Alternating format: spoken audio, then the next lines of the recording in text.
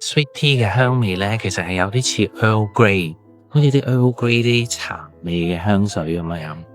哇！呢個花好靚喎，呢個唔係染色出嚟嘅，但係佢真係藍色啊！話有個國家豌豆花嘅協會啊，犀利！各位喺我身後面呢一個咧就叫做 RHS， 即係皇家園藝學會嘅一個展覽嘅地方啦，叫做 Hilltop 啊。咁我哋咧依家入去睇下呢個豌豆花嘅展覽啦。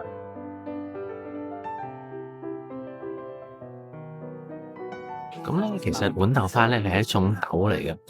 5月到6月度咧就發芽啦，咁跟住咧就要不斷咁樣生，擴生，就會生得咧非常非常之快。咁咧嗰啲花咧就會不斷咁樣開。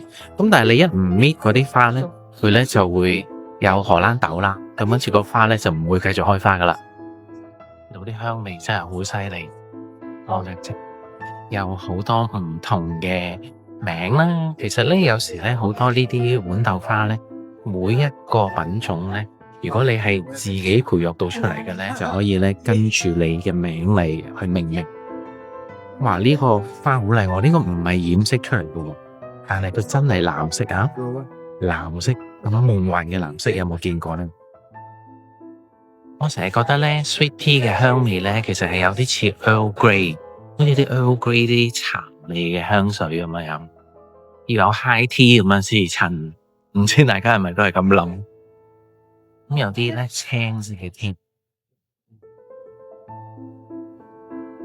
咁我哋睇下呢度咯喎。咁咧呢個咧係 Exhibit of Recognized Old Fashion。咁即係咧，其實 Sweet tea 咧已經係喺英國嘅花園嗰度咧種咗幾百年、成千年啦。咁咧有啲品種係新嘅，有啲品種係舊嘅。咁有啲人咧中意懷舊咧，就專係種一啲復刻版嘅Sweet tea 咯。其實花都有分嘅喎，係咪復刻版？咁啲咩叫復刻版咧？就係咧一啲百幾年前先會有人種嘅品種咯。咁嗰啲品種通常都係難種啲嘅，同埋個花咧都幾大嘅喎。你俾我俾隻手你睇下嗱，即係譬如我隻手咁大，你睇個花幾大個？個花真係好大。呢度咧有4款花，你究竟中意邊一個多啲咧？第一個係咁嘅，第二個係咁嘅，第三個係咁嘅，第四個咧係咁嘅。